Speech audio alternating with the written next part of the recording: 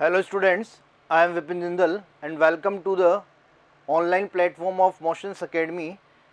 हम यहाँ पे स्टार्ट कर रहे हैं। देखो मैथमेटिक्स का पार्ट हम लोग करने वाले हैं। तो मैथमेटिक्स में हम स्टार्टिंग कर रहे हैं कॉम्प्लेक्स नंबर्स से। तो ये बेसिक चैप्टर हैं, सारे बहुत इंपॉर्टेंट चैप्टर्स हैं। तो हम बेसिक चैप्टर्स जो है अलजेब्रा वाले पहले लिखते हुए चलेंगे। Complex number is one of the most important chapter जिससे क्वेश्चंस पूछने के चांसेस बहुत ज़्यादा हैं, चाहे वो अपने नेवी का एग्ज़ाम हो, चाहे एयरफोर्स का एग्ज़ाम हो, चाहे अपने एनडीए का एग्ज़ाम हो। एनडीए के पेपर में अगर हम बात करें तो 2 to 3 क्वेश्चंस जो हैं इस चैप्टर से पूछे जाते हैं। ये एक एवरेज बता रहा हूँ मैं कि 2 to 3 क्वेश्चंस हर ईयर में हर पेपर में पूछे जाएंगे। एक बार बहुत ज़्यादा मल्टीपल क्वेश्चंस भी हो सकता है कि पूछ लिए जाएँ। एक बार पूछे भी गए, 8 to 9 क्वेश्चंस पूछे गए एक पेपर में। 2013 या 14 वाला पेपर हुआ था उसमें। तो ये वेरिएशंस होते हैं, लेकिन जनरल अपन बात करते हैं तो 2 to 3 क्वेश्चंस जो हैं इस सेक्शन से पूछे जाएंगे। तो ये चैप्टर वाकई में अपने लिए बहुत जगह काम आएगा, क्योंकि इसमें कुछ चीज़ें अपन लेंगे लाइक आयोटा, ओमेगा। आप लोगों ने सबने सुना है और पढ़ा हुआ है। आयोटा, ओमेगा, इन दोनों वैल्यूज से या दोनों पैरामीटर से आप लोग नोन है। ये आयोटा और ओमेगा जो है ये कहीं भी हमें डिटर्मिनेंट्स में दिख जाते हैं, या फिर हमें कहीं भी अलग अलग जगह पे ये आयोटा ओमेगा इस टाइप के पैरामीटर्स दिखते हैं। तो हमें इनसे फैमिलियर भी होना पड़ेगा। तो जैसे सपोज करो क्वेश्चन है डिटर्मिनेंट का, और मैंने ये इस तरह से लिख दिया है ओमेगा ओमेगा क्यूब 1, यहाँ लिख दिया मैंने 2 प्लस ओमेगा 1 0 2 ओमेगा, ऐसे लिखा हुआ है। तो क्वेश्चन तो किसका है? डिटर्मिनेंट का। बट देखा जाए तो क्वेश्चन किसका है? क्वेश्चन किसका हुआ देखा जाए तो कॉम्प्लेक्स नंबर्स का। क्योंकि अगर मैं ओमेगा के बारे में बिल्कुल भी नहीं जानता हूँ तो कोई मतलब ही नहीं। ओमेगा मेरे को पता नहीं होगा तो मैं ये डिटर्मिनेंट नहीं कर पाऊंगा। तो अपन इस तरह की बात कर रहे हैं कि यहाँ से जो बात हो रही है वो एक सारे चैप्टर की बात करेंगे जिसमें आयोटा, ओमेगा, जो भी यूज़फुल चीज़ें हैं वो सब आएंगे। तो सब लोगों के का बहुत बहुत स्वागत है मोशन अकेडमी के ऑनलाइन प्लेटफॉर्म में। तो हम यहाँ से स्टार्ट कर रहे हैं। देखो सबसे फर्स्ट अपन बात करते हैं कॉम्प्लेक्स नंबर्स की। बायलिंगुअल बात होगी, जो भी बात करेंगे हम जो है वो बायलिंगुअल रहेगी अपनी। दोनों ही भाषाओं में अपन यहाँ पे बात करने वाले हैं। तो देखते जाइएगा कॉम्प्लेक्स नंबर्स।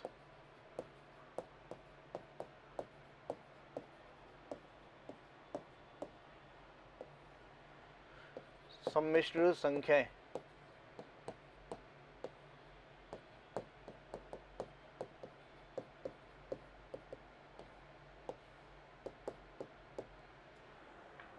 देखो जी, कॉम्प्लेक्स नंबर्स या सम्मिश्र संख्याएं की बात हम कर रहे हैं।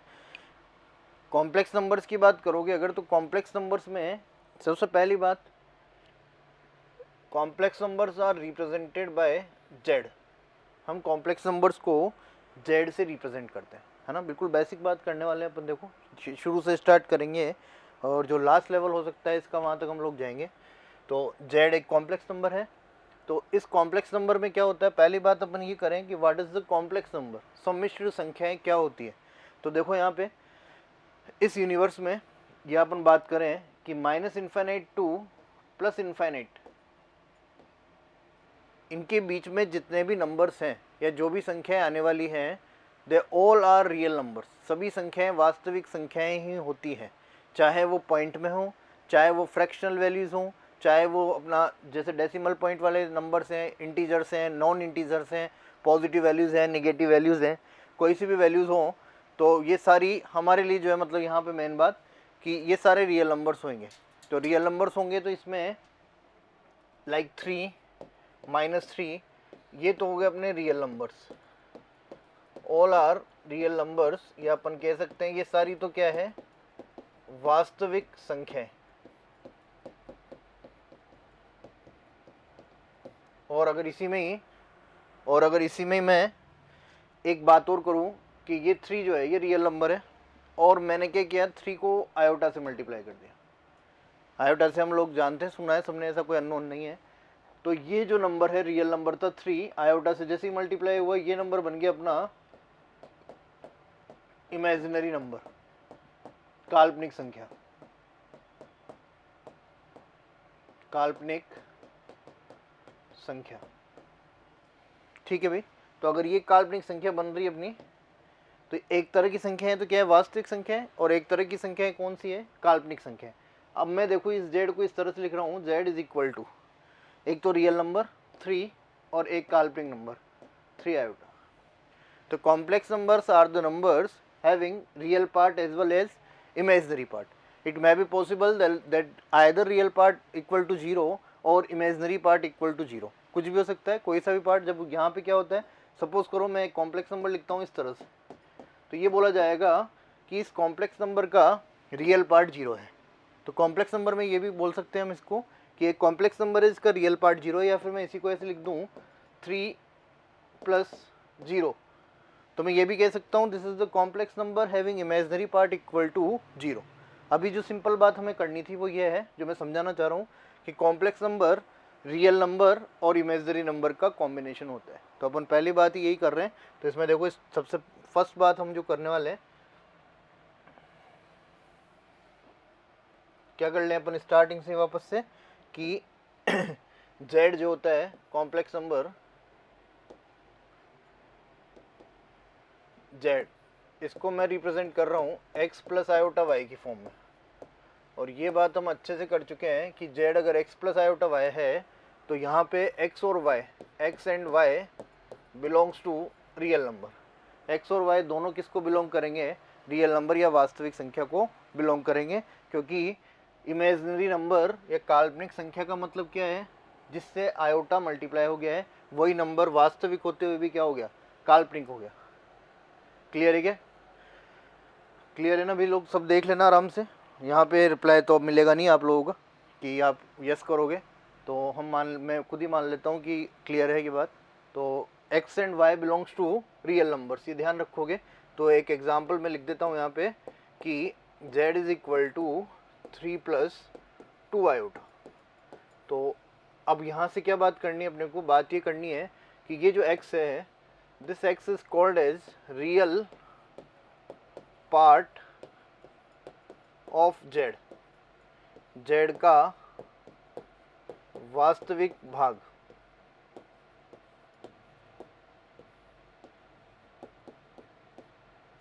ठीक भाई. ऐसे ही ये जो आयोटा y है, इस आयोटा y को कहते हैं अपन imaginary part of z, z का काल्पनिक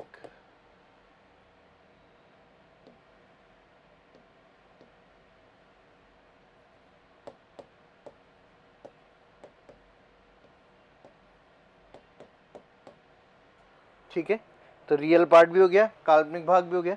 हिंदी वाले यहाँ पे देखोगे कहीं कहीं तुम्हें वर्ड लिखा हुआ मिलेगा अधिकल्पित भाग, अधिकल्पित भाग, दोनों एक ही बात है ना. अगर अधिकल्पित भाग बोला गया है या काल्पनिक भाग बोला गया है तो हम समझ जाएंगे कि आयोटा वाले पार्ट की बात चल रही है. और अगर रियल पार्ट की बात पूछी गई तो ये लिखेंगे. इनके नोटेशंस होते हैं, मैं अगर ऐसे लिख देता हूँ इमेजिनरी पार्ट ऑफ z इस तरह से, और इसको लिख सकते हैं अपन रियल पार्ट ऑफ z. तो ये नोटेशंस होते हैं, इस तरह से लिखा हुआ होता है, तो अपन समझ जाएंगे कि रियल पार्ट और इमेजिनरी पार्ट की बात यहाँ पे चल रही. देखो आगे नेक्स्ट बात करते हैं अपन.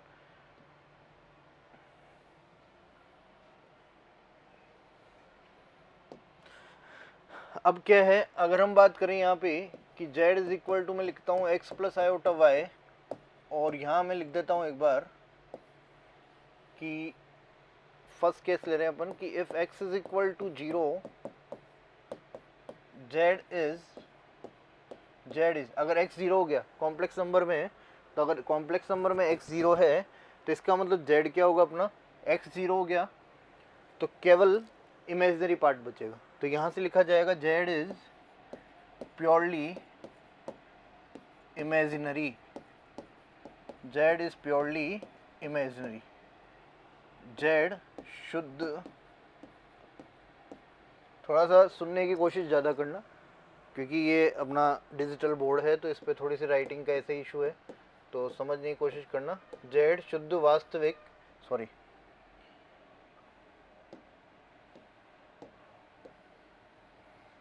z शुद्ध काल्पनिक होगा, z शुद्ध काल्पनिक होगा. क्लियर. सेकंड बात अगर मैं करता हूं, देखो यहां से इफ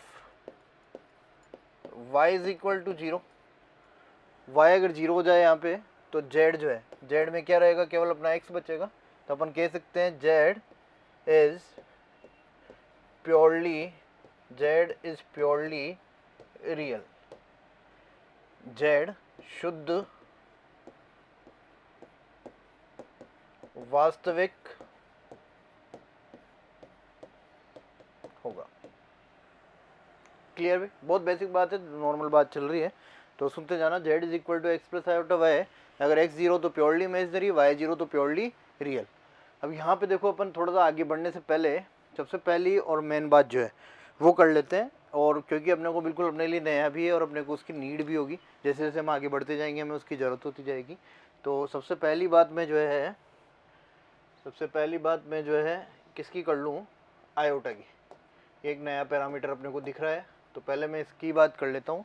व्हाट इज़ आयोटा, और आयोटा क्या होता है। Iota is represented by small I, curly, इस तरह से, और इसकी जो वैल्यू होती है वो होती है √(-1). वैल्यू क्या होती है, √(-1). तो पहले अपन बात करेंगे इसकी प्रॉपर्टीज़, क्या प्रॉपर्टीज़ होती है, किस तरह से ये जो है आयोटा वर्क करता है, और हम इसको किस तरह से क्वेश्चंस में सोल्व करते हैं अगर ये आता है तो।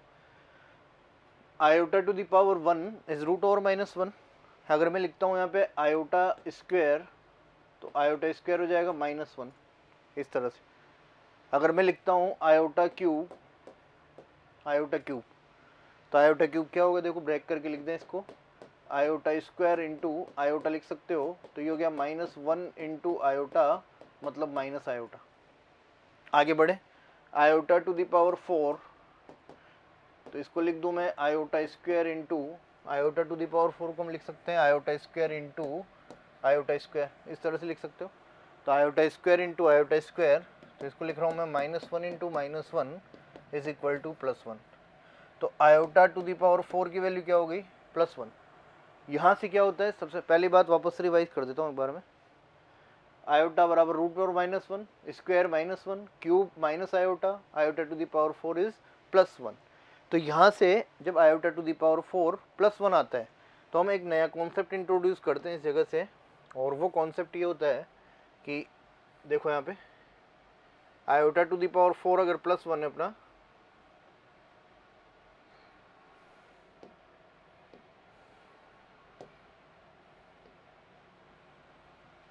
देखिए आयोटा टू द पावर 4 +1 है, तो क्वेश्चंस में क्या होता है, अपने को नीड होती है जब हायर पावर्स आ जाती है आयोटा की, तो हम उसको आयोटा की जो हायर पावर्स हैं उनको रिड्यूस कैसे करें, कम कैसे करें, और फाइनल वैल्यू तक कैसे पहुँचें कि हमें इसकी फाइनल वैल्यू चाहिए। तो उसके लिए क्या करना होता है, देखो एक बार मैं इसको जनरलाइज कर देता हूँ पहले, कि iota to the power 4n की वैल्यू 1 होती है। आयोटा की पावर 4n की वैल्यू किसके बराबर होगी, 1 के। Iota to the power 4n is equal to 1। तो यहाँ से 4n where n belongs to natural number. Natural number सबको पता है, अगर नहीं है तो भी सुन लीजिए, all positive integers starting from 1 to infinite, केवल इंटीजर्स, और कौन से, पॉजिटिव इंटीजर्स। अगर n में 0 काउंट हो जाता है तो उसी को बोला जाता है w, होल नंबर। क्या बोलते हैं, होल नंबर, लेकिन होल नंबर कहाँ से स्टार्ट होगा, 0 से स्टार्ट होगा, इतना सा फर्क होता है। तो वो बात अपन करेंगे, अभी फिलहाल देखो, तो n तो ये होगा, तो iota to the power 4n is always equal to 1। किस तरह से यूज करना है वो देखो एक बार, जैसे मेरे पास है आयोटा टू द पावर 17 ऐसे लिखा हुआ है, तो मैं क्या करूँगा, मुझे पता है 4 के जितने भी मल्टीपल्स बनने वाले हैं उन सारे मल्टीपल्स की वैल्यू 1 होगी। 4 के जितने भी मल्टीपल्स बनने वाले उन सब की वैल्यू 1 होगी। तो 4 के मल्टीपल्स देखो मैं ऐसे ही लिख लूँ, 4 1 जा 4, 2 जा 8, 4 3 जा 12, 4 4 जा 16। तो 16 तक तो 4 से डिवाइड हो रहे हैं। एक बार फिर मैं लिख के दिखाता हूँ, इसी को मैं ऐसे लिख रहा हूँ, iota to the power 4 to the power 4 into iota to the power 1। मैंने इस पावर को ब्रेक कर लिया है, ये 16 हो गया। 4 इंटू 4, पावर्स आपस में मल्टीप्लाई हो जाती है, इंटरचेंज भी हो जाती है, तो मैं मल्टीप्लाई भी कर सकता हूँ और इंटरचेंज भी कर सकता हूँ। तो मैंने यहाँ से देखो मल्टीप्लाई किया तो 16 हो गया। Iota to the power 1 is 17, तो इसको ब्रेक किया। ब्रेक करने से फ़ायदा ये हुआ कि आयोटा टू द पावर 4 की वैल्यू क्या आई थी अपनी, 1 इस जगह पे, तो ये 1 थी, तो ये तो 1 हो गया। यहाँ से बचा केवल आयोटा, तो आगे से अपन इस पावर को इस तरह से ब्रेक करते हुए नहीं लिखेंगे, हम इसको सिंपल फॉर्म में लिखेंगे। सिंपल फॉर्म का मतलब मैं डायरेक्टली देख लूँगा इसे कि आयोटा टू द पावर 17 है और मैं इसे 4 से डिवाइड करके देख लेता हूँ। मुझे बस ये देखना है कि कितनी पावर तक या किस वैल्यू तक इससे पूरा डिवाइड हो जाएगा। समझ रहे हो बात? जैसे 17 में मैंने 4 से डिवाइड किया तो मुझे पता चल रहा है कि 16 तक जो है ये डिविजिबल है और 16 के बाद जो रिमाइंडर होगा वो 1 बचेगा। उस रिमाइंडर को मैं यहाँ पे पावर पे डायरेक्टली चढ़ा दूंगा, like iota to the power 1 will be equal to iota. समझ लेना भी बात है ना। ये ऑनलाइन प्लेटफॉर्म है, मैं बार बार ये कहूँगा, बहुत बड़ा एडवांटेज है, प्लस पॉइंट है अपने लिए, क्योंकि हम यहाँ पे अपने पास सबसे बड़ा ऑप्शन होता है जो ऑफलाइन मोड में नहीं होता है, कि मैंने यहाँ जो बोला था वो निकल चुका है ऑफलाइन मोड में, बट यहाँ पे नहीं निकला है। यहाँ पे तो बस अपने को एक बटन दबाना है, वीडियो को रिवर्स कर देना है, बस वापस से तुम रिपीट करके देख सकते हो। तो ऐसा कोई इशू नहीं है, हम उसी स्पीड से पढ़ रहे हैं, उसी तरह से पढ़ रहे हैं कि अपना ऐसा कुछ नहीं है कि कुछ इजी बातें होंगी तो थोड़ा सा हम स्पीड रखेंगे, अगर थोड़ी सा भी कोई कॉन्सेप्चुअल चीज़ आती है, कुछ अच्छी वाली चीज़ आती है, हम उसको उसी हिसाब से स्लोली कर लेंगे। क्योंकि यहाँ पे मुझे आपका रिस्पॉन्स नहीं मिल पाएगा, वहाँ पे तो क्या होता है हम डायरेक्टली आई कॉन्टेक्ट से ही समझ जाते हैं कि वापस से रिपीट करना है नहीं करना है। यहाँ पे ऐसा नहीं है, तो उसी हिसाब से मैं चलूँगा लेते हुए, ताकि कोई इशू नहीं आए। एक और एग्जाम्पल यहीं कर लेते हैं अपन एक बार, देखो क्या कर लें।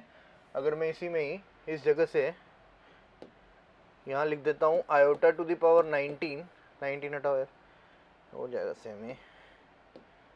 19 के बजाय कुछ और अच्छी सी पावर लेते हैं, like iota to the power 57 ले लिया मैंने, सपोज करो 57 लिया। मैं क्या करूँगा, सबसे पहले 4 से डिवाइड कर लूँ, दिख रहा है मुझे 4 1 जा 4, 1 रिमाइंडर हो गया, 1 रिमाइंडर 17 बन जाएगा। 17 हुआ तो 4 4 जा 16, जो भी आएगा नो मतलब नहीं है, ये पता चल चुका है कि 14 टाइम्स तो पूरा डिवाइड हो जाएगा और उसके बाद iota to the power 1 remainder होगा। तो इसकी वैल्यू क्या हो गई, आयोटा टू द पावर 1। हाँ या ना, क्लियर है क्या अभी बात? Is it clear? देखो आगे next, iota to the power 57/4, इस तरह से हम डिवाइड कर लेते हैं। तो इस कॉन्सेप्ट से ही एक जनरल रिजल्ट बनाया गया, इस कॉन्सेप्ट से ही एक जनरल रिजल्ट बना रहे अपन, और वो रिजल्ट है iota to the power 4n plus iota to the power 4n plus 1 plus iota to the power 4n plus 2 plus iota to the power 4n plus 3। इसकी वैल्यू क्या होगी ये हमें देखना है, इसकी वैल्यू क्या होने वाली है ये हमें चेक करना है या पता करना है। तो ये हम कर सकते हैं easily. Iota to the power 4n की वैल्यू 1 होगी भाई, iota to the power 4n will be 1 plus ये जो iota to the power 4n है, इस प्लस 1 है, इसको मैं ब्रेक कर रहा हूँ, iota to the power 4n into iota to the power 1, ऐसा लिख सकते हैं अपन इसको, 4n प्लस 1 को, इज इट नॉट? लिख सकते हैं ना भाई?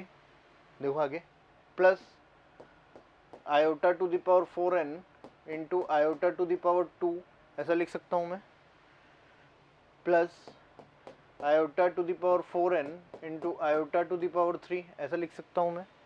अब देखो ये ऐसा करने से फ़ायदा है कि सब जगह पे जहाँ जहाँ पे iota to the power 4n है उन सब की वैल्यू जो है 1 है, ये हमें सबको पता है, और आयोटा की वैल्यू भी पता है, आयोटा स्क्वायर भी पता है और आयोटा क्यूब भी हमें पता है। तो मैं यहाँ रिप्लेस कर रहा हूँ 1 प्लस ये 1 into iota, iota 1 into -1 that is -1, ये आयोटा क्यूब, इसकी वैल्यू क्या हो जाएगी, माइनस आयोटा। देखें अगर अपन यहाँ से, तो ये आपस में कैंसिल आउट हो रहे हैं, 1 से 1, आयोटा से आयोटा, इस तरह से। तो फाइनली अपन कह सकते हैं this will be equal to 0। तो ये एक अपना रिजल्ट होता है, इस तरह से मैं इसको लिख सकता हूँ। देखिए iota to the power 4n plus iota to the power 4n plus 1 plus iota to the power 4n plus 2 plus iota to the power 4n plus 3 will be equal to 0। Clear? देखो आगे, अगर ये अपन इस format में भी लिख सकता हूँ मैं, एक देखो क्वेश्चन ऐसे पूछ के लेते हैं, मतलब ऐसे कभी भी अपने को बुक्स वगैरह में देखते हैं, तो मैं इसको इस फॉर्मेट में लिख रहा हूँ। देखो आयोटा की power iota to the power 26 plus iota to the power 27, इस तरह से लिखा मैंने इसको। तो देखो जी, ये है 4 से डिवाइड 1, ये है क्या same format, 4n plus 1, 4n plus 2, 4n plus 3, दिख रहा है क्लियरली। 4n तो हो गया अपना 24, 24 + 1 25, 24 + 2 26, 24 + 3 27। क्लियर? तो देखो यहाँ पे लिख देंगे हम, तो 1 + आयोटा -1 - आयोटा, तो फाइनली 0। तो अपने को ये लिखने की भी ज़रूरत नहीं होगी अगर हम आइडेंटिफाई कर लेंगे पहले ही ऑलरेडी कि ये ऐसा है, तो हमें पता ही है कि आयोटा की वैल्यू, ये जो सीरीज़ होती है या फिर ये जो फॉर्मेट है इसकी वैल्यू क्या होती है, 0 के बराबर। हम 0 आंसर दे देंगे। तो ये ध्यान रखेंगे, बहुत बात करेंगे अपन, आयोटा की बात चलती रहेगी, बीच बीच में आयोटा आता रहेगा और क्वेश्चन अपन करते रहेंगे। ये मैं बिल्कुल बेसिक बात बता रहा हूँ आप लोगों को भी। देखो बात ही करना शुरू किया है तो एक दो क्वेश्चन और कर लेते हैं आयोटा के बारे में कि किस तरह से कभी कभी क्वेश्चंस आ जाते हैं और हम बात कर लेते हैं। लाइक क्वेश्चन है अपना, summation iota to the power n, n varies from n = 1 to 100 और इसकी वैल्यू हमें फाइंड करनी है। ऑप्शन है अपने पास 1, option B is -1, option C is 0, option D is iota. ये ऑप्शंस है और मुझे ये वैल्यू कैलकुलेट करनी है, मुझे ये वैल्यू फाइंड करनी है। तो वो कैसे करेंगे, देखो क्या कर सकते हैं आप लोग, एक बार देख लीजिए, थोड़ा सा सोच लीजिए कि किस तरह से हम इसको आगे बढ़ाएंगे क्वेश्चन को। देखो एक बार, मैथ्स में दो तरह के सिंबल्स होते हैं, एक तो समेशन सिंबल होता है जनरल जो हम यूज़ करते हैं, सिंबल्स तो इन्फाइनाइट होते हैं अलग अलग तरह के, लेकिन हम जो कैलकुलेशन में यूज़ करते हैं एक तो समेशन सिंबल होता है और एक दूसरा होता है अपना प्रोडक्ट सिंबल। ये जो है समेशन सिंबल है, हिंदी में बात करें तो मैं इसको कहता हूँ योग चिन्ह, समेशन साइन। यहाँ पे मैं लिख देता हूँ an, या सपोज करो मैंने लिख दिया ai, where i varies from 1 to n। i 1 से n तक वेरी कर रहा है, i जो है 1 से n तक वेरी कर रहा है। तो इसका मीनिंग क्या होगा, अगर समेशन साइन लगा हुआ है बीच में, बीच में क्या मतलब समेशन साइन अपने को ऑपरेटिंग फंक्शन की जैसे दे रखा है, तो हमें क्या करना है आई की वैल्यू पुट करते जाना है और बीच में प्लस साइन लगाते हुए चलना है। लाइक आई की वैल्यू अगर मैं 1 रखता हूँ तो ये हो जाएगा a1, आई की वैल्यू अगर 2 रखते हैं तो a2, then a3, then a4 and so on. ये हो गया अपना an। तो ये तो हो गया अपना समेशन साइन, अभी क्वेश्चन में यूज़ नहीं है बट बाकी आगे कहीं भी क्वेश्चंस में अपने को ज़रूरत पड़ सकती है। ये जो पाई लिखा हुआ है, पाई इस फॉर्मेट में ऐसे लंबा वाला पाई, ये प्रोडक्ट सिंबल होता है। और इसमें भी अगर मैं यहाँ लिख देता हूँ ai, where i varies from 1 to n, इस तरह से, तो ai अगर मैंने लिखा है तो यहाँ पे भी आई की वैल्यूज अपन को पुट करते जाना है और इस तरह से लिखेंगे a1 × a2 × a3 and so on × an। ठीक है भाई, तो मेन बात ये है, क्वेश्चन जो है अपना उसकी बात अपन करते हैं, ये ध्यान रखोगे। क्वेश्चन अपना ये था कि ये जो वैल्यू है, ये वैल्यू हमें कैलकुलेट करनी है। मैं इसको इधर ले लेता हूँ, थोड़ा सा देखना एक बार, क्वेश्चन यहाँ लिख देता हूँ मैं एक बार और आपके सामने, summation n = 1 to 100 iota to the power n। क्या करना है, समेशन साइन है, n की वैल्यूज़ पुट करते जाना है और बीच में समेशन साइन यूज़ करते हुए जाना है। तो n की वैल्यूज़ पुट कर देंगे। तो देखो यहाँ पे फर्स्ट है n की वैल्यू रखी है मैंने 1, तो अगर n की वैल्यू 1 रखोगे तो n की वैल्यू 1 रखी तो ये हो गया iota to the power 1, n की वैल्यू 2 रखी तो ये हो गया आयोटा स्क्वायर इज़ -1, n की वैल्यू 3 रखी तो ये हो गया iota cube that is minus iota, n की वैल्यू 4 रखी तो iota to the power 4 is 1। देखो ये लिखेंगे नहीं अपन, ये समझ रहे हो ना आप लोग, iota to the power 1 is iota, iota square is -1, iota cube is minus iota, iota to the power 4 is +1। तो आगे बढ़ेंगे next, iota to the power 5, iota to the power 6, iota to the power 7, iota to the power 8 and so on. कहाँ तक चलना है, iota to the power 100 तक। तो obviously बात है, तो अपन भी समझते हैं कि मैं 100 तक यहाँ लिखने नहीं बैठूंगा, नहीं अपने को लिखना है, नहीं अपने को ऐसे करना है। ये होता भी नहीं है कि 100 तक मैं लिख के और फिर उसकी वैल्यूज़ निकालूंगा। देखना भी, यहाँ पे जो बात हम कर रहे हैं, ये आयोटा जो चल रहा है, ये यहाँ तक का सेक्शन अगर मैं लेता हूँ फ्रॉम 1 to 4, यहाँ तक का सेक्शन अगर मैं लेता हूँ फ्रॉम 1 to 4, तो ये तो हो रहा अपना 0 इस तरह से। और यहाँ पे देखो एक बार ध्यान से, ये हायर पावर्स आ गई आयोटा की। हायर पावर्स होती है तो क्या करते हैं, 4 से डिवाइड करते हैं। 4 से डिवाइड किया तो ये तो हो गया आयोटा टू द पावर 1। यहाँ 4 से डिवाइड किया तो ये हो गया आयोटा टू द पावर 2। यहाँ 4 से डिवाइड किया तो ये हो गया आयोटा टू द पावर 3। यहाँ 4 से डिवाइड किया तो ये हो गया 1। पूरा पूरा डिवाइड हो रहा है। तो यहाँ देखो क्या क्या हो रहा है अपना, iota -1, iota square is -1, iota cube is minus iota +1, cancel out हो रहे हैं। Iota goes to minus iota, 1 goes from -1 goes from +1, ये कैंसिल आउट हो जाएंगे एक दूसरे से। तो ये अपना जो है फाइनली आंसर आ गया 0। तो क्वेश्चन का आंसर हो जाएगा अपना 0, जो भी ऑप्शन हो 0 आंसर हो जाएगा। तो बेसिक बातें हैं, इससे रिलेटेड करते रहेंगे अपन। कल क्वेश्चंस कर लेंगे, क्वेश्चन बीच में आते भी रहेंगे, साथ में क्वेश्चंस कराता जाऊंगा, लास्ट में क्वेश्चंस करेंगे और साथ में भी क्वेश्चंस करते जाएंगे। चैप्टर कंप्लीट होने पर चैप्टर को रिवाइज करने के लिए कुछ क्वेश्चंस अपन साथ में करेंगे, ताकि अपने को ये जो भी कॉन्सेप्ट हम कर रहे हैं वो वापस से एक बार रिवाइज हो जाए। तो साथ में भी जो भी क्वेश्चन करवाए जा रहे हैं वो भी बहुत इंपॉर्टेंट क्वेश्चन हैं, सब साथ में अपन इस तरह से ही करेंगे कि पूरा चैप्टर कंप्लीट ही हो जाए अपना, कि हम जिस टाइम थ्योरी कंप्लीट करें उसी टाइम हमारा जो है चैप्टर भी कंप्लीट हो जाए। ये बात की अपन ने बेसिक आयोटा से रिलेटेड, कि आयोटा क्या होता है, किस तरह की इसकी प्रॉपर्टीज़ हैं, किस तरह से उसको यूज़ करते हैं, कैसे उसको ऑपरेट करते हैं। एक बात और यहाँ पर कर लेते हैं अभी जब अपन बात ही कर रहे हैं, तो एक चीज़ होती है अपनी,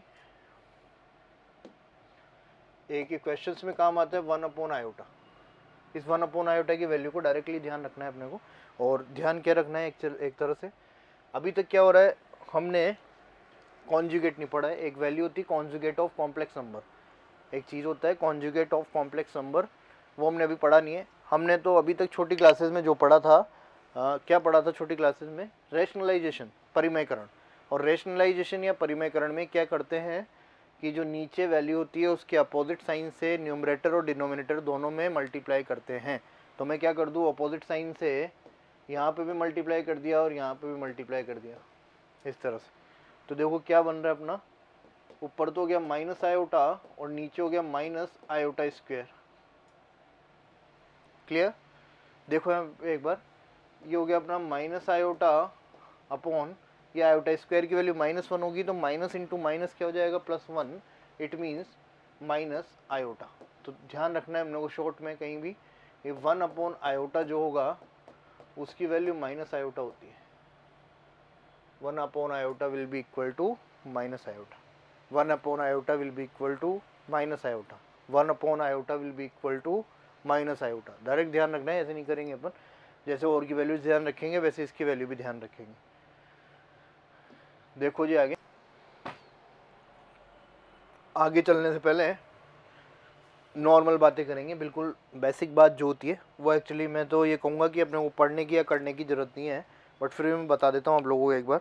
बहुत बेसिक चीज़ है और उसका नाम है, देखो यहाँ पे उसका नाम मैं लिख रहा हूँ, अलजेब्रा ऑफ जेड,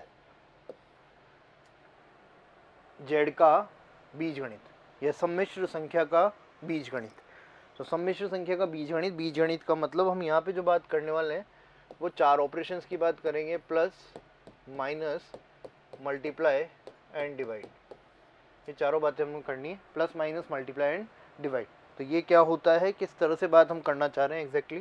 देखो Z1 is a complex number x1 plus iota y1 and Z2 is also a complex number x2 plus iota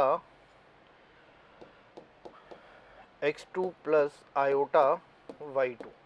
दो कॉम्प्लेक्स नंबर्स हैं, इन दोनों कॉम्प्लेक्स नंबर्स से रिलेटेड प्लस माइनस मल्टीप्लाई और divide, addition, multiplication, subtraction and division, ये चारों बात हमें करनी है। तो यहाँ पे बेसिक बात चल रही है, देखो बिल्कुल बेसिक बातें हैं।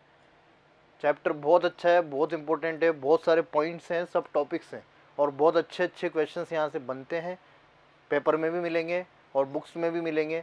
आयोटा पे बहुत अच्छे क्वेश्चंस हैं, ओमेगा पे अच्छे क्वेश्चंस हैं, प्रॉपर्टीज़ ऑफ ओमेगा पे अच्छे क्वेश्चंस हैं, अलग अलग जगह से। डी माइवर्स थ्योरम में अपनी पोलर फॉर्म है, square root of complex number होता है, लॉगरिदम ऑफ कॉम्प्लेक्स नंबर होता है, तो सब टॉपिक्स बहुत सारे हैं।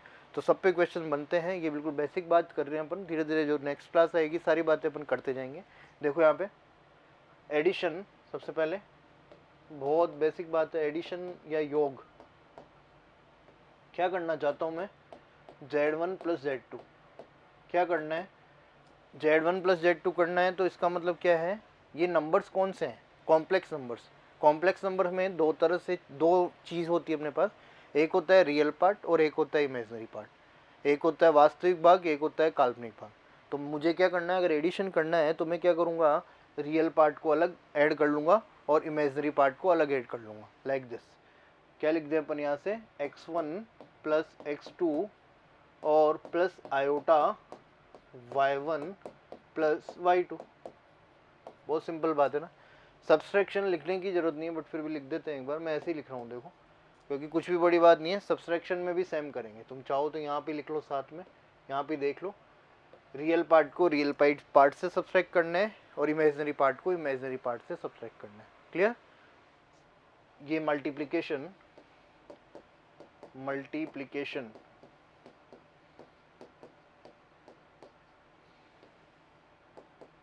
देखो, मल्टीप्लिकेशन में दोनों कॉम्प्लेक्स नंबर्स का मल्टीप्लिकेशन करना है। x1 plus iota y1 into x2 plus iota y2। Clear. तो देखो इसमें क्या करेंगे, x1 plus iota y1 into x2 plus iota y2, इन दोनों को आपस में मल्टीप्लाई करना है। मैं इसको इससे कर लेता हूँ। पहले x1 से इन दोनों को मल्टीप्लाई कर रहा हूँ। देखो एक बार, x1 को x2 प्लस आयोटा y2 से मल्टीप्लाई करोगे तो ये हो गया x1 x2 plus iota x1 y2 plus iota y1 x2 minus y1 y2। समझ रहे हो ना क्या कर रहे हैं। इस x1 से पहले इन दोनों को मल्टीप्लाई कर लिया, x2 प्लस आयोटा y2 को। क्या कर लिया है, इस x1 से पहले इन दोनों को मल्टीप्लाई कर लिया, x2 प्लस आयोटा y2 को। तो ये क्या हो गया, x1 x2 plus iota x1 y2। आगे नेक्स्ट आयोटा y1 से इसको किया, iota y1 x2, iota into iota is -1 and y1 into y2। देखो यहाँ पे जहाँ जहाँ आयोटा है वो तो क्या हो जाएगा इसका इमेजनरी पार्ट, और जहाँ जहाँ आयोटा नहीं है वो क्या हो जाएगा रियल पार्ट। तो मैं इनको सेपरेट करके लिख देता हूँ, x1 x2 plus iota, sorry x1 x2 minus y1 y2 plus iota. यहाँ देखो एक बार क्या लिख दूँ मैं, x1 y2 plus y1 x2, इस तरह से। ये जो होगा ये अपना मल्टीप्लिकेशन है। और इस मल्टीप्लिकेशन में देखो ध्यान से, इस मल्टीप्लिकेशन में देखो ये क्या है अपना, x1 x2 minus y1 y2 तो क्या हो जाएगा रियल पार्ट, और ये क्या हो जाएगा इमेजनरी पार्ट। बस ये बेसिक बात है। एक और लास्ट अपन कर लेते हैं इसमें, डिवीज़न। एक और हम कर लेते हैं डिवीज़न। तो डिवीज़न की बात अगर करते हैं, देखो यहाँ पे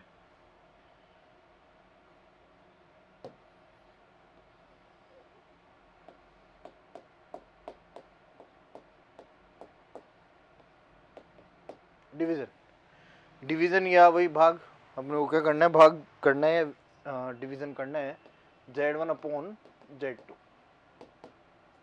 ये पढ़ाने वाली बात नहीं है, ये बस इसलिए है कि आप लोग फैमिलियर हो जाओ चैप्टर से, कि कहीं भी बीच में स्टेप्स आए तो अपने को ऐसा अननोन सा नहीं लगे, हाँ मैं कैसे करूँ, या फिर कॉम्प्लिकेटेड नहीं लगे, बहुत ईजी बात है। उसी हिसाब से अपन कर रहे हैं। Z1 बाई Z2 का मीनिंग हो गया x1 plus iota y1 divided by x2 plus iota y2। मैंने क्या बताया, हमने अभी तक कॉन्जुगेट नहीं पढ़ा है, हालांकि मैं कॉन्जुगेट से ही ऊपर नीचे मल्टीप्लाई डिवाइड कर रहा हूँ, बट अभी तक कॉन्जुगेट नहीं पढ़ा है, तो मैं इसको बोलूँगा रैशनलाइजेशन। तो मैं नीचे वाला जो भी नंबर है उसके बीच में ये अपोजिट साइन से न्यूमरेटर में भी और डिनोमिनेटर में भी, दोनों साइड क्या कर देता हूँ, न्यूमरेटर में भी और डिनोमिनेटर में भी दोनों तरफ मल्टीप्लाई कर देता हूँ, या फिर अंश तथा हर में गुणा कर देते हैं। इससे क्या होगा, देखो ऊपर वाला तो नॉर्मल अभी पढ़ के आए हैं, मल्टीप्लिकेशन ऑफ कॉम्प्लेक्स नंबर, उससे हो जाएगा। और नीचे तो और इजी बात है, इसको अगर मैं नाम दे देता हूँ a प्लस बी, तो इसका नाम है देखो a माइनस बी, है या नहीं है। इसका नाम अगर a प्लस बी रख दिया तो इसका नाम a माइनस बी हो गया। A plus B into A minus B A square minus B square. तो पहले डिनोमिनेटर वाला पार्ट मैं लिख देता हूँ, A square minus B square x two square minus B square will be nothing but Y two square. तो Y two square का मतलब आयोटा स्क्वायर की वैल्यू क्या होगी, -1 माइनस माइनस प्लस, तो ये हो गया y two square x two square plus y two square, हाँ है ना, x two square plus y two square. देखने इसमें आगे, इसके बाद ख़त्म, ऊपर वाली बात कर लेते हैं। इनको आपस में मल्टीप्लाई करोगे, इस x1 से इसको किया तो x1 x2, इसको इससे किया तो माइनस आयोटा x1 y2, इसको इससे किया तो प्लस आयोटा y1 x2, इसको इससे किया तो माइनस माइनस आयोटा स्क्वायर की वजह से प्लस हो जाएगा तो प्लस y1 y2। ये लो जी, इसको इसके साथ x1 x2 plus y1 y2, यहाँ से आयोटा कॉमन लिया तो y1 x2 minus x1 y2 कर सकते हो। रियल पार्ट को रियल पार्ट के साथ ले लेंगे, नीचे तो डिनोमिनेटर वाला पार्ट सेम है, तो रियल पार्ट को रियल पार्ट के साथ और इमेजनरी पार्ट को इमेजनरी पार्ट के साथ लेके अपन इसको सेपरेट कर सकते हैं। क्लियर है, क्लियर है। देखो आगे, आगे ना भी बात समझ में सबके है ना, आ रही होगी, आराम से समझ लेना भाई। अपने पास, मैं वापस से कह रहा हूँ, अपने पास बहुत अच्छा प्लस पॉइंट है कि हम किसी भी चीज़ को बार बार रिवाइज करके देख सकते हैं, एक बार, दो बार, 3 बार, 50 बार, 1000 बार, जितनी बार हमें देखना है। बट हम इसका डिसएडवांटेज नहीं लें, हम इसको गलत तरीके से यूज़ नहीं करें। मीनिंग ये है कि ऐसा नहीं होना चाहिए कि इस वजह से हमारा कंसंट्रेशन जो है नहीं बने। कंसंट्रेशन जो है होना चाहिए, ऐसा नहीं है कि हम कंसंट्रेशन के लिए बार बार जो है ऐसे एक बार जब देख रहे हैं तो हमें सिंसियरिटी नहीं है, हम उसको देख रहे हैं, पता चला 10 मिनट का वीडियो देख चुके हैं और हम 11वें मिनट पे आके हमें पता चल रहा है कि पहले का जो 10 मिनट तक पढ़ा है वो हमारे समझ में ही नहीं आया, या हमने उसको ऐसी इस तरह से नहीं पढ़ा कि 11वें मिनट वाली चीज़ हम 11 मिनट में जो बात चल रही है वो हम समझ पा रहे हैं।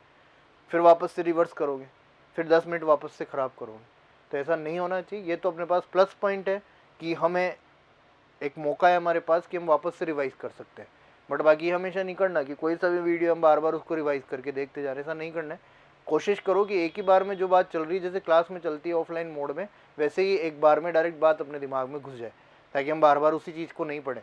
एक बार में आना चाहिए, डायरेक्ट क्लियर स्ट्राइक करना चाहिए कि दिमाग में फिट हो गया और उस कॉन्सेप्ट को हमें आगे यूज़ करना है।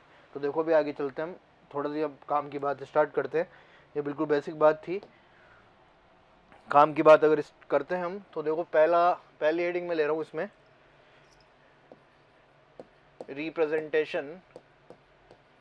Representation of complex number z का निरूपण, z का निरूपण या प्रदर्शन या कुछ भी बोलो, हम किस तरह से इसको रिप्रेजेंट करते हैं, किस तरह से हम इसको प्रदर्शित करते हैं। सबसे पहली और इम्पोर्टेंट बात अच्छे से सुनना भी है, z is equal to x plus iota y जब हम लिख रहे हैं इस तरह से, जब 2 डायमेंशनल ज्योमेट्री हम पढ़ेंगे, और आप लोगों ने जो 11th क्लास में पढ़ा है यहाँ पे भी अपन पढ़ेंगे, बहुत अच्छे से पढ़ेंगे। 2 डायमेंशनल ज्योमेट्री 5-6 चैप्टर्स हैं उससे एसोसिएटेड, वो सारे पढ़ेंगे हम लोग। तो पहली बात मैं रिकॉल करवाता हूँ आप लोगों को, कभी भी पॉइंट जो होता है उसको हम रिप्रेजेंट करते हैं इस तरह से, लिखते हैं एक्स कोमा वाई, ये एक्स कोऑर्डिनेट और वाई कोऑर्डिनेट होता है अपना। तो पॉइंट को हम रिप्रेजेंट करते हैं, तो अगर 2 पॉइंट जो है इस तरह से एक्स वाई है, यानी कि 2 डायमेंशन की बात हो रही है, 2 डायमेंशनल ज्योमेट्री की बात हो रही है। अगर यहाँ पे होता है एक्स वाई जेड, तो इसका मतलब हम बात कर रहे हैं 3 डायमेंशनल ज्योमेट्री की। समझ पा रहे हो मेरी बात, मैं क्या कहना चाह रहा हूँ। यहाँ पे अगर एक्स और वाई है तो बात किसकी चल रही है, 2 डायमेंशन की, और 2 डायमेंशन का मतलब हो गया एक्स और वाई। ये पढ़ते आए हैं बहुत छोटी क्लासेस से, this is x axis, this is y axis. ये दोनों जिस पॉइंट पे आके इंटरसेक्ट करेंगी वो पॉइंट होता है अपना ओरिजिन, मूल बिंदु, ओरिजिन या मूल बिंदु। क्या कहते हैं अपन इसको, ओरिजिन या मूल बिंदु।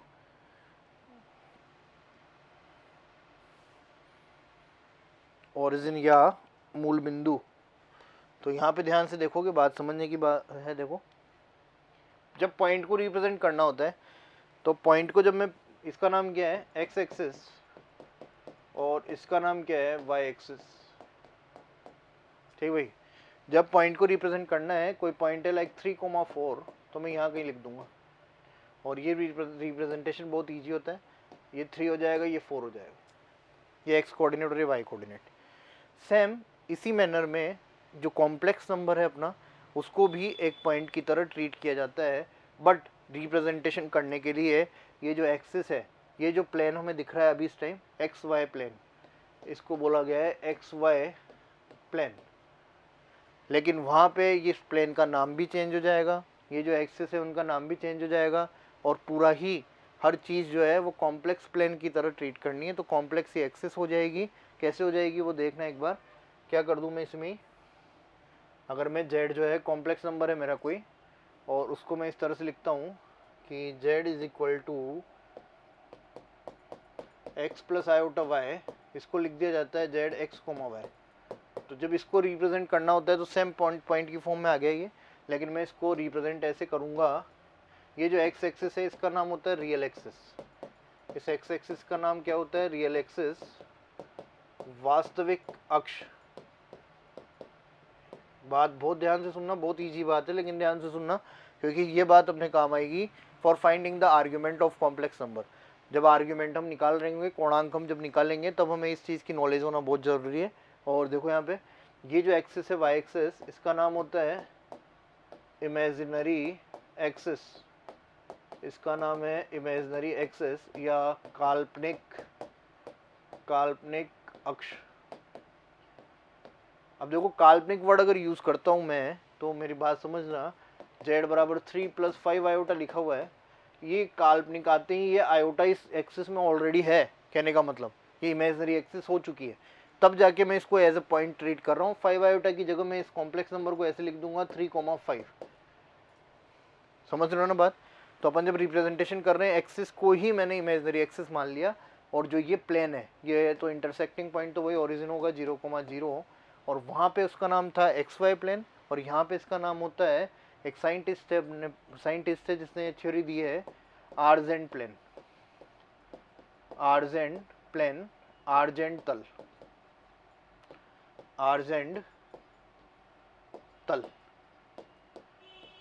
ध्यान से लिखना, देखो देख के ना, argent, ARGAND PLANGNE, argent plane. Clear. इसी को आर्जेंट प्लेन, जो साइंटिस्ट हैं आर्जेंट, एक और नाम बोलते हैं कॉम्प्लेक्स प्लेन। इसी प्लेन का नाम क्या है, कॉम्प्लेक्स प्लेन, यानी कि सम्मिश्र तल। दो नाम हो गए, आर्जेंट प्लेन और कॉम्प्लेक्स प्लेन। ये सब जो है ये अपन एक रिप्रेजेंटेशन है, यहाँ पे ये कोई थ्योरेटिकल नहीं है, अपना कंपटीशन एग्ज़ाम है, केवल आज हम अपने आप को फैमिलियर करने के लिए ये सब चीज़ों की बात कर रहे हैं। आपसे कहीं नहीं पूछा जाएगा कि ये जो प्लेन है इसका नाम क्या होता है, कौन से साइंटिस्ट ने इसको डिराइव किया है या बनाया है या इसकी थियोरी दी है, ऐसा कहीं कुछ नहीं होगा। मैटर जो है अपने को समझने का, हमें पता ज़रूर होना चाहिए कि क्या बात चल रही है और एग्जैक्टली हम क्या करने वाले हैं। हमें यहाँ से क्या सीखना है कि देखो आगे हमें यहाँ से जो सीखना है वो बात ये सीखनी है कि अगर मैं तुमसे कहता हूँ कि कोई कॉम्प्लेक्स नंबर है मेरा z बराबर 1 + आयोटा, इसको मैं जब पॉइंट फॉर्म बनाता हूँ तो पॉइंट फॉर्म में इसको क्या लिख दूंगा मैं, 1,1। तो यहाँ समझने की बात ये है कि ये जो z है वो z कौन से क्वाड्रेंट में होगा, बस ये बात हमें पता होनी चाहिए, z कौन से क्वाड्रेंट में होगा। तो अपने को पता है फर्स्ट क्वाड्रेंट में x positive y positive, second quadrant में x negative y positive, third quadrant में x negative y negative, fourth quadrant में x positive y negative. Clear. तो यहाँ से मैं आइडेंटिफाई कर रहे हैं बंदे को, आप भी करोगे साथ में, तो मैं डायरेक्टली लिख दूँ कि ये तो हो गया first quadrant because x positive and y positive. Second बात करते हैं, यहाँ लिख दिया मैंने -1 + iota -1,1, it means this is second quadrant. हम ये आइडेंटिफाई कर सकते हैं, देखो -1 - आयोटा, तो z will lie in third quadrant, और मैं लिख दूँ z is equal to 1 - iota x positive y negative, x positive y negative, x positive y negative, it means z will lie in fourth quadrant. This is the representation of complex number. Clear है क्या बात। जब argument पढ़ेंगे तब हमें इसकी need होगी कि किस तरह से हमें ये पता लगाना होता है कि जेड कौन से क्वाड्रेंट में है। वहाँ पे यही सबसे बड़ी एसेंशियल बात होती है आर्ग्यूमेंट फाइंड करने में, कि अगर हमें इस बात की नॉलेज है कि जेड जो है फर्स्ट क्वाड्रेंट में है, जेड किस क्वाड्रेंट में है, उसके अकॉर्डिंग हमें वहाँ पे आर्ग्यूमेंट का आंसर लिखना होता है। वो बात बहुत अच्छे से करेंगे। उसकी प्रॉपर्टीज़ भी होती है, बहुत इंपॉर्टेंट प्रॉपर्टीज़ है आर्ग्यूमेंट की, वो बात करते जाएंगे। तो इसमें अब स्टार्ट करता हूँ मैं अपने सब टॉपिक्स जो हैं। तो सब टॉपिक्स में सबसे पहला फर्स्ट टॉपिक अपन ले रहे हैं यहाँ पे। जो फर्स्ट टॉपिक होगा इस जगह से है वो देखो एक बार। तो फर्स्ट टॉपिक मैं लिख रहा हूँ, first is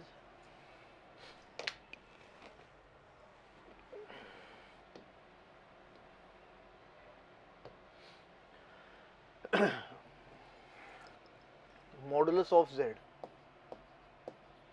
modulus of Z, Z का मापांक रिप्रेजेंट करते हैं इस सिंबल से, मॉडुलस ऑफ जेड। क्या होता है, कैसे फाइंड करते हैं, वो बात देखते जाओगे। जेड एक कॉम्प्लेक्स नंबर है अपना, Z is equal to x plus iota Y. Representation अपन पढ़ चुके हैं इसके अकॉर्डिंग कि जेड, इसको लिख दिया मैंने एक्स कोमा वाई। यहाँ देखो ये होता है अपना एक्स, ये हो गया अपना वाई। ये इस तरह से मैं रिप्रेजेंट कर सकता हूँ, अपन पढ़ चुके हैं अच्छे से। X positive Y positive, first quadrant में ये डिस्टेंस तो क्या हो जाएगी एक्स और ये क्या हो जाएगी वाई। यहाँ से देखो एक बार, दिस इज ओरिजिन 0,0 और इसको मैंने इससे ज्वाइन कर दिया। क्या कर दिया है, इसको मैंने इससे ज्वाइन कर दिया इस तरह से। अब मॉडुलस ऑफ जेड क्या होता है, अगर डायरेक्ट बात करते हो तो डायरेक्टली सबसे पहले मैं लिख देता हूँ जो आप लोगों के दिल में भी चल रहा है कि z is equal to x plus iota y है। तो पता नहीं सर क्या क्या करवा रही है, हमें डायरेक्टली पता है कि मॉड ऑफ जेड जो है वो root over x square plus Y square होता है। तो फिर ये बकवास क्यों? तो ये बकवास करने के लिए, या ये जो बकवास नहीं है एक्चुअली यही करने के लिए अपन ने रिप्रेजेंटेशन ऑफ कॉम्प्लेक्स नंबर पढ़ा है, क्योंकि यहाँ से जो बात की जाती है ये अपने को ओरिजिनलिटी दिखाएगा कि वाकई में मॉडुलस ऑफ जेड होता क्या है। ये तो सबको पता है, ये तो मैथमेटिकल अप्रोच है। ये तो मैथमेटिकली मेरे को मॉडुलस ऑफ जेड अगर कैलकुलेट करना है तो मैं इसको यूज़ करता हूँ कि root over x square plus Y square होता है। Like z is equal to 3 + 4 iota. तो मॉडुलस ऑफ जेड जो है will be written as root over 3 square. Second बात, गलती की बात हुआ यहाँ पे, सुन लेना, आयोटा साथ में नहीं लेना है। क्या लिखा हुआ है, वाई, वाई ही लेना है, आयोटा साथ में नहीं लेना है। वाई ही लेना है, आयोटा साथ में नहीं लेना है। वाई ही लेना है, आयोटा साथ में नहीं लेना है। ये गलती नहीं करोगे जल्दबाजी में। सब लोग ध्यान रखना बेटा इस बात का। 3 स्क्वायर प्लस 4 स्क्वायर ऐसे लिख रहा हूँ मैं इसको, सबको आता है। 3 4 5 की ट्रिपलेट होती है, अभी लिखवा दूंगा मैं, जो जनरल ट्रिपलेट्स होती हैं जो बार बार यूज़ आएगी अपनी। तो यहाँ पे हो गया देखो ये 5।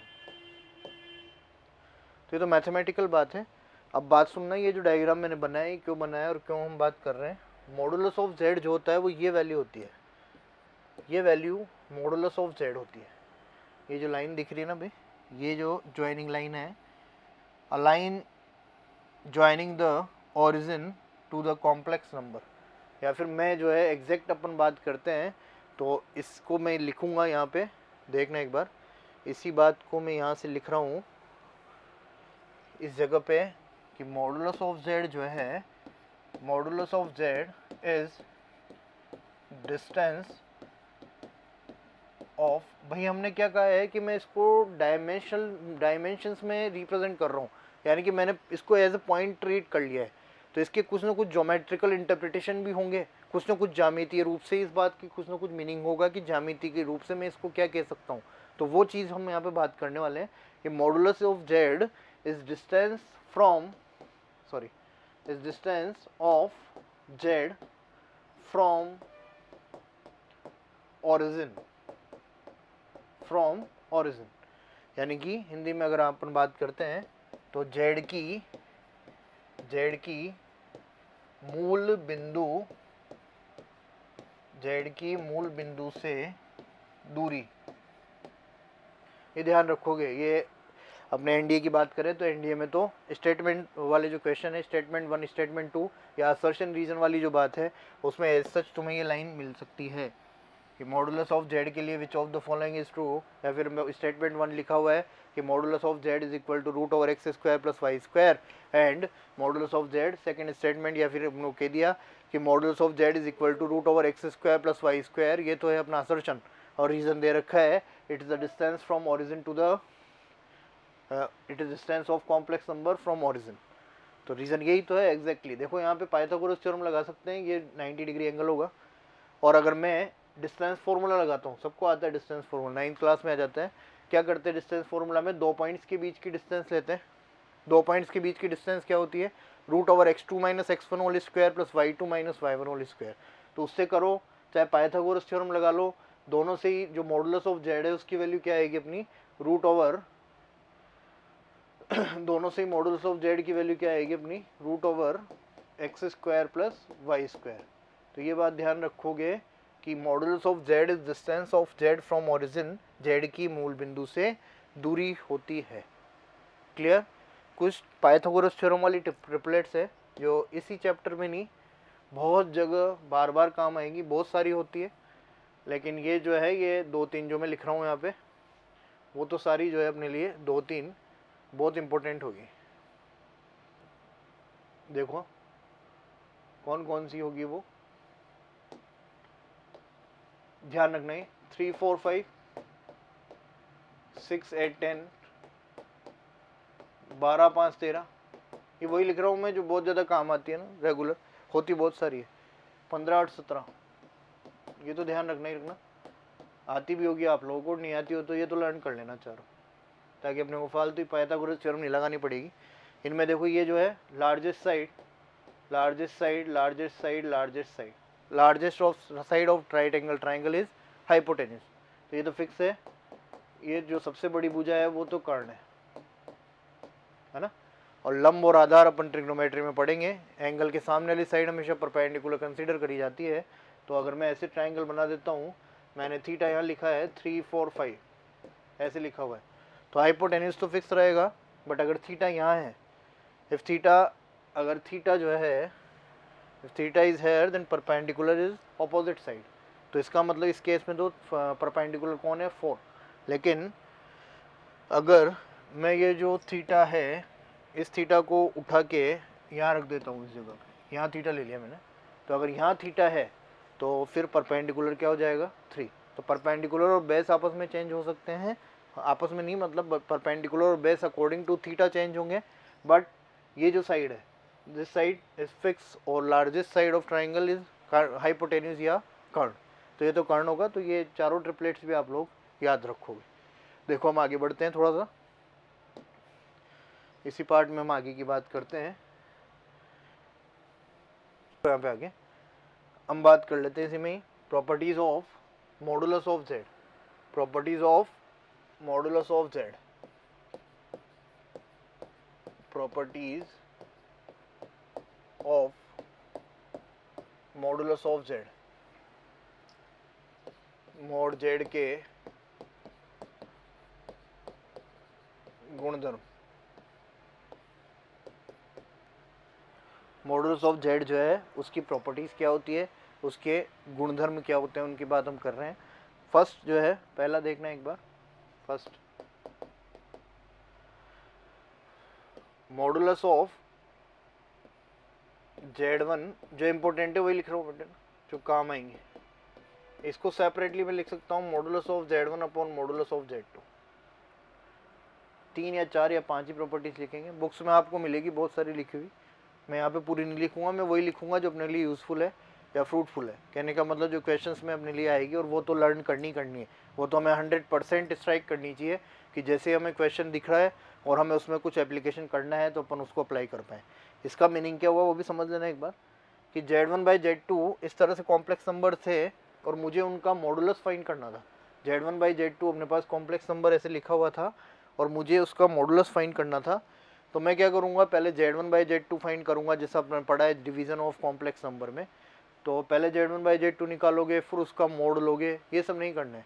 हम सिंपली क्या करेंगे, ऊपर वाले का मॉडुलस अलग और नीचे वाले का मॉडुलस अलग लेके और दोनों को डिवाइड कर देंगे। सेकंड बात,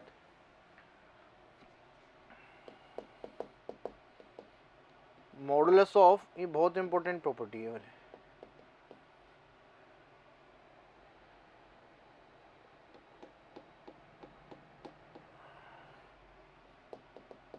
modulus of z to the power n। कोई कॉम्प्लेक्स नंबर है z, उसकी पावर n है, n मतलब 3 + 4 आयोटा टू द पावर 5, और उसका मुझे मॉडुलस फाइंड करना है, मापांक मुझे उसका निकालना है।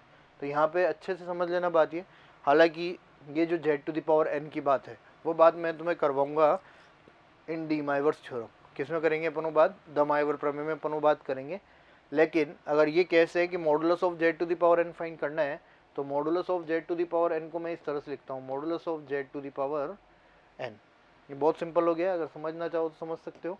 क्वेश्चन ये है, क्या है, मुझे फाइंड करना था 3 + 4 आयोटा टू द पावर 5 का मॉडुलस, ये मुझे फाइंड करना है। अब अगर मुझे ये प्रॉपर्टी पता नहीं है तो मैं पहले डी माइवर्स थ्योरम लगाऊंगा, इसको सोल्व करूंगा, जो एक बहुत बड़ी बात हो गई अपने आप में। या फिर डी माइवर्स थ्योरम भी नहीं लगाऊंगा तो मैं वही क्यूब और स्क्वायर करके तोड़ के और इसको मल्टीप्लाई करने लग जाऊंगा, तो वो गलत है। अगर मुझे ये पता है तो मैं इसको डायरेक्टली क्या लिख दूंगा, mod of 3 + 4 iota to the power 5, इस पावर को यहाँ ऊपर चढ़ा दोगे।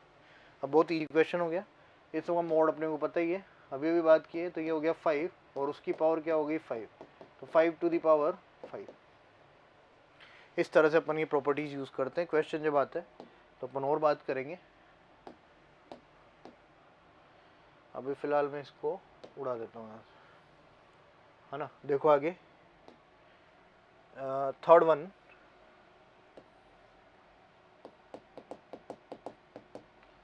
z into Z bar, z into Z bar. Z bar थोड़ा सा नया है ना, हालांकि नया तो क्या है, बहुत ईजी बात है, अपने पढ़ा हुआ है 11th क्लास में सब लोगों का। Z bar is conjugate of complex number, Z bar सम्मिश्र संख्या का संयुग्मी होता है, जेड बार सम्मिश्र संख्या का संयुग्मी होता है, यानी कि, और होता क्या है वो भी देख लो। इफ जेड, अभी इसके बाद सेकंड मॉडुलस ऑफ जेड के बाद उसकी बात करेंगे, कॉन्जुगेट ऑफ जेड की, बट फिर भी अभी अपने को नीड है। जेड क्या हो गया, एक्स प्लस आयोटा वाई, तो जेड बार जो है वो होता है X minus iota Y. Z bar क्या होता है, एक्स माइनस आयोटा वाई, यानी कि आयोटा के साइन को चेंज कर देते हैं, आयोटा के साइन को चेंज कर देते हैं। अगर प्लस लिखा हुआ है तो क्या लिख देंगे माइनस, माइनस लिखा हुआ है तो क्या लिख देंगे प्लस। देखो जी तो ये एक बार ध्यान से देखना बेटा, यहाँ से इसको तो हटा देते हैं एक बार अपन। देखो यहाँ पे अगर मैं इसको ऐसे लिख दूं, ये होता है एक्चुअली मॉड जेड स्क्वायर, ये प्रॉपर्टी होती है, z into Z bar will be equal to mod z square. कैसे है ये मॉड जेड स्क्वायर, जेड को मैं लिख दूं एक्स प्लस आयोटा वाई, तो जेड बार का मैं अच्छे से पता चल गया है। अब एक्स प्लस आयोटा वाई अगर जेड है तो जेड बार क्या हो गया, एक्स माइनस आयोटा वाई, इस तरह से। तो मैं क्या लिख सकता हूँ, देखो यहाँ से, this is a plus b and this is a minus B. A plus B into A minus b क्या होता है, a square minus B square. हर बात अच्छे से समझना, हर चीज़ हर स्टेप सब यूज़फुल है। पूरे मैथमेटिक्स में कोई सी भी चीज़ हम कर रहे हैं, ए प्लस बी ए माइनस बी मैं इसको लिख रहा हूँ, कहीं ना कहीं जाके वो हमें यूज़फुल होगी, कहीं ना कहीं स्टेप्स में हमें काम में आएगा। कुछ भी फालतू नहीं है, नहीं फालतू बात करेंगे, जो अपने को जिस चीज़ पे मेरे को लगेगा कि यहाँ पे मुझे समझाना है तो ही मैं समझा रहा हूँ, क्योंकि ये स्टेप्स ऐसी हैं जो कई बार आपको करनी होगी। आप देखना कभी भी ये ए प्लस बी ए माइनस बी का काम हज़ारों ही बार पड़ता है पूरी मैथ्स में, कि हम किस तरह से इसको ए प्लस बी मान लें और इसको ए माइनस बी मान लें। तो यहाँ से a plus B into A minus b क्या होता है, a square minus B square, यानी कि x square minus iota y square. और आयोटा स्क्वायर की वैल्यू हमें ऑलरेडी पता है, आयोटा स्क्वायर की वैल्यू हमें ऑलरेडी पता है, एक्स स्क्वायर आयोटा स्क्वायर की वैल्यू -1 होगी, तो माइनस माइनस क्या हो जाएगा प्लस, और x square plus Y square. X square plus Y square can be written as root over x square plus Y square का स्क्वायर, लिख सकते हैं ना भी, लिख सकते हैं। और ये जो है इसी को मैं लिख सकता हूँ मॉडुलस ऑफ जेड का square. Is it clear, clear है क्या, क्लियर है, क्लियर है। क्लियर है ना भाई? देखो आगे, ये मैं खुद ही ले लेता हूँ जवाब, है ना। क्लियर है ना भाई का मतलब क्लियर है। जब तीसरी बार क्लियर है ना भाई बोला जा रहा है तो इसका मतलब है कि जवाब ऑटोमेटिकली मान लिया गया है कि क्लियर है, क्योंकि मैं उसी तरह से पढ़ा रहा हूँ। ध्यान रखना, बहुत स्लोली चल रहे हैं, और मैंने बता ही दिया है कि you have option to repeat the video. आप वीडियो को वापस से रिपीट कर सकते हो। पहले वाली जो चीज़ निकल रही है, ध्यान भटक गया है, ध्यान बाहर चला गया है, तो वापस से पॉज करके उसको पीछे ले जाके हम देख सकते हैं, बट बार बार हमें ये काम भी नहीं करना है। ये दोनों बातें ध्यान रखनी है ना, क्योंकि ये तो पता ही है अपने को, हर चीज़ का ही एडवांटेज भी है प्लस उसका डिसएडवांटेज भी है, होता ही आया, हर चीज़ का है तो इसका भी है। अगर ये आपको प्लस पॉइंट मिला है कि हम रिवाइज कर सकते हैं, रिपीट कर सकते हैं, तो उसका डिसएडवांटेज भी है, ये आपके कंसंट्रेशन लेवल को कमज़ोर नहीं कर दे। ऐसा नहीं होना चाहिए। हम जो है निश्चिंत हो जाएं, हम बैठे पता नहीं किस वे में बैठे, ऐसे नहीं बैठना है। प्रॉपरली आप क्लास के अकॉर्डिंग ही बैठो। कानों में ईयरफोन होने चाहिए, ईयर्स में ईयरफोन लगा हुआ आप आपके, पेन कॉपी साथ में लेके बैठेंगे। ये मैं बार बार कहूँगा आपको, पेन और कॉपी, अगर मैथमेटिक्स की क्लास चल रही है तो मैथमेटिक्स का मतलब ही पेन और कॉपी है। विदाउट पेन और कॉपी मैथमेटिक्स नहीं होता है। यहाँ पे याद नहीं करना है कुछ भी, हमें करना है, साथ साथ करना है। क्वेश्चन हैं करने हैं, जो भी क्वेश्चन हो इस तरह से होना चाहिए कि भाई मैं जैसे ही क्वेश्चन लिख रहा हूँ तो बोर्ड पे जैसे ही क्वेश्चन आ रहा है आपकी आंखों के सामने, आपके अंदर इतना एंथुजियाज्म होना चाहिए कि आप पहले उसको करने की कोशिश करो। मैं तो यहाँ पे वैसे ही स्लो है, तो मुझे तो कम से भी कम उसको करने में बताऊँगा भी सही, समझाऊँगा भी सही। हो सकता है आपका अच्छा हो तो आप उसको ज़रूर पहले ही कर लें, तो एटलीस्ट अपन उस क्वेश्चन की तरफ टेंडेंसी होनी चाहिए हमारी कि मुझे इसको सोल्व करना है और इस तरह से करना है कि मुझे हर तरह से ये क्वेश्चन आ जाए और मैं इससे बेस्ट जो भी क्वेश्चन हो उनको भी मैं कर पाऊँ। तो एक प्रॉपर स्ट्रक्चर होना चाहिए। ऐसा नहीं है हम लेटे हुए मोबाइल लगा रखा है, हम देख रहे हैं, इधर देख रहे हैं, इधर कुछ खा रहे हैं, या कुछ चल रहा है, उधर किसी से बात कर रहे हैं। This is not the way. अगर हम पढ़ रहे हैं तो हमें पढ़ना है, तो हम कानों में ईयरफोन लगा के आप प्रॉपरली टेबल चेयर पे जैसे बैठते हैं वैसे बैठ के, पेन कॉपी हाथ में, उस तरह से आप जो है पढ़ो। यहाँ से जो जो भी मिलता है मटेरियल आपको पढ़ने के लिए बाद में, उससे मतलब नहीं है। आप अगर जो बोर्ड पे चल रहा है, आप वीडियो को पॉज करके, एक स्क्रीन बढ़ती है यहाँ तक, उसको आप आराम से अपने हाथ से नोट करते हुए चलो, तो आपका रिवीजन भी जो है थोड़ा सा माइंड में और ज़्यादा वो चिपक जाएगा जाके, तो वो सही रहेगा। तो उसके अकॉर्डिंग ही पढ़ो, ऐसा नहीं करना है। मैं बार बार यही कहूँगा, हंसी मजाक नहीं है, पढ़ाई चल रही है तो पढ़ाई ही चल रही है। देखो क्या बात कर रहे थे अपन, फोर्थ प्रॉपर्टी में ले रहा हूँ, और फोर्थ प्रॉपर्टी भी अच्छी है, ये भी अपनी इम्पोर्टेंट बात ही है थोड़ी सी। फोर्थ, इस पे बेस्ड क्वेश्चन आ जाते हैं, पता ही नहीं चलता है कि क्वेश्चन इस पे बेस्ड है। और वो कैसे बेस्ड है, वो इस तरह से होता है कि मैं लिख रहा हूँ कि modulus of z will be equal to modulus of z bar will be equal to modulus of minus z will be equal to modulus of iota z, है ना। ये चारों के जो मॉडुलस हैं, इन चारों के जो मापांक है, वो चारों के मापांक और मॉडुलस बराबर है। कैसे हैं वो दिखा देता हूँ मैं आपको कि किस तरह से। ध्यान हमें यही रखना है, ये दिखा मैं केवल इसलिए रहा हूँ कि आपका जो अंडरस्टैंडिंग पावर है वो थोड़ा सा, और या फिर मैं कह दूँ कि आप जो ग्रैबिंग पावर है वो बढ़े और आप सीख पाएँ और आपको अच्छे से लर्न हो जाए चीज़ें, तो इसलिए मैं बता रहा हूँ, बाकी तो कोई नीड है नहीं है। Z will be equal to, हमें क्या करना है, इनको यूज़ करना है। हमें इस बात से मतलब नहीं है कि ये कहाँ से आए, ये मतलब हमें तब था जब हम क्लास 11th और 12th में थे, उस टाइम हमें इस बात से मतलब था कि क्यों और कैसे है। अभी मतलब ये है कि अगर ये ऐसा है तो मैं इसको क्वेश्चन में किस तरह से यूज़ करूँगा और वहाँ पे किस तरह से इसको अप्लाई करना है। अपने को टाइम जो है सबसे कम ही अपने पास किसकी है, टाइम की है।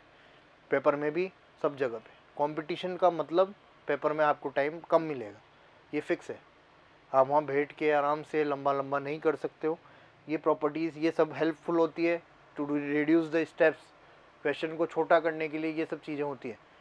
तो वो समझते जाएंगे अपन साथ साथ। देखो यहाँ पे, if z is equal to x plus iota y then modulus of z is equal to root over x square plus Y square.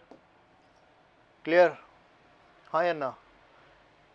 देखो इधर, हाँ, तो मैं ही जवाब दे देता हूँ, हाँ या ना। हाँ, देखो आगे modulus of z bar, sir आप कह रहे हो तो हाँ, जेड बराबर एक्स माइनस आयोटा वाई। ये बात समझ लेना बेटा, ये कई मिस्टेक मैंने जो कहा था, जब मॉडुलस हम फाइंड करते हैं तो मॉडुलस जब फाइंड करते हो तो in case of finding modulus, जब मॉडुलस फाइंड करते हैं तो हम आयोटा नहीं लेते हैं। तो आयोटा नहीं लोगे तो क्या लिख दोगे, एक्स स्क्वायर, आयोटा नहीं लोगे तो क्या लिख दोगे, X square plus minus Y square, इस तरह से ऐसे लिखेंगे, X square plus minus Y square ही लिखेंगे। क्या बन जाएगा, वापस से again root over x square plus Y square, same आ गया। Third one, negative of Z, negative of Z का मतलब हो गया जेड को माइनस से मल्टीप्लाई कर दिया, तो ये हो गया minus x minus iota y. वापस से मॉडुलस निकाल लूँ, modulus of minus z is equal to minus x square plus minus Y square, it will be equal to x square plus Y square. Clear भाई, clear. वापस same आता जा रहा है, देखते जाना। Last one, iota z. Iota z का मतलब मैंने क्या किया है, आयोटा से x प्लस आयोटा वाई को मल्टीप्लाई कर दिया है। तो मल्टीप्लाई कर लोगे आयोटा से x प्लस आयोटा वाई को, तो करते हैं मल्टीप्लाई। ये हो गया अपना iota x, iota into iota y, iota into iota y, iota square is -1, it means -y। कोई फ़र्क नहीं हो रहा है, देखो कोई फ़र्क नहीं पड़ा। फ़र्क क्या पड़ा है कि ये तो हो गया रियल और ये हो गया इमेजनरी, कुछ भी होता रहे, अपने को तो मॉडुलस ऑफ जेड निकालना है। तो मॉडुलस ऑफ जेड निकालना है तो मैं क्या कर दूंगा, देखो modulus of z in this case root over minus Y square, iota लेना ही नहीं है तो प्लस एक्स स्क्वायर, तो वापस से क्या बन जाएगा ये, root over x square plus Y square. चलो जी, सेम सेम आ गया, वापस वही आ गया, हाँ या ना, हाँ है ना, तो वापस से वही आ गया है। तो ये बात थी अपनी, हम प्रॉपर्टी जो कर रहे थे वो एग्जैक्टली अपनी ये थी, mod of z will be equal to mod of z bar will be equal to minus of mod of minus z is equal to mod of iota z. ये बेसिक इंपॉर्टेंट प्रॉपर्टीज़ है जो अपन कर रहे हैं। ये एक बार देख लीजिए, मैं आपको बता देता हूँ। थर्ड प्रॉपर्टी जो हमने की है, देखो यहाँ से z into Z bar will be equal to mod of Z का जेड स्क्वेयर, और फर्स्ट और सेकंड हमने की थी mod of z1 by z2 is equal to mod of z1 upon mod of z2, z to the power n, mod of z to the power n, ये हमने पढ़ा है। Next आगे देखो, ये हो गया था अपना, इधर आ जाओ, मैं एक बार बता देता हूँ हमने क्या क्या बात की है। एक बार हम बात कर लेते हैं कि हमने क्या क्या बात की है। देखो यहाँ पे हमने एक बात करी है सबसे पहले तो कि what is complex number. Complex number क्या होता है थोरली देख लेंगे। एक्स प्लस आयोटा वाई होता है, एक्स जो है रियल पार्ट होता है, iota y is imaginary part, ये बात अपन कर चुके हैं। X is equal to 0 purely imaginary, y is equal to 0 purely real. फिर हमने आयोटा की बात करी है, आयोटा की value root over -1, iota square -1, ये इस तरह से हमने लिखा है इसकी प्रॉपर्टीज़। Iota to the power 4 is +1, फिर हमने जनरलाइज कर दिया iota to the power 4n is equal to 1 where n belongs to natural number, ऐसे चलता जाएगा, हाँ या ना। आयोटा टू द पावर 17 का एग्जाम्पल किया हमने, फिर 57 का एग्जाम्पल किया हमने, फिर ये जनरल रिजल्ट लिखा है एक बना के, फिर इस पे बेस्ट क्वेश्चन किया है इस तरह से। देखो आगे नेक्स्ट ये क्वेश्चन किया, ये वाला iota to the power n, मैंने बताया दो तरह के सिंबल्स होते हैं, एक तो समेशन साइन होता है, एक प्रोडक्ट सिंबल होता है, दोनों में इस फॉर्मेट में लिखा जाता है। यहाँ प्लस साइन करते हैं, यहाँ पे मल्टीप्लाई वाला साइन यूज़ करते हैं। देखो जी, ये summation of iota to the power n निकालना है, ये क्वेश्चन था अपना, इसकी वैल्यू हमने निकाली, 0 आंसर आ गया। नेक्स्ट वन अपॉन आयोटा की वैल्यू माइनस आयोटा होती है, ध्यान रखना है। Algebra of complex number, plus minus multiply divide, चारों की बात हमने करी है यहाँ से, plus minus multiply, addition, subtraction, multiplication, and last one is division, ये डिवीज़न वाली बात ये हमने किया है। देखो आगे फिर रिप्रेजेंटेशन ऑफ जेड, जेड का रिप्रेजेंटेशन पॉइंट फॉर्म में हम इसको लिखते हैं। इस प्लेन का नाम, इसको एक्स वाई प्लेन कहते हैं, इसका नाम जो है आर्जेंट प्लेन होता है, कॉम्प्लेक्स प्लेन इसको बोलते हैं।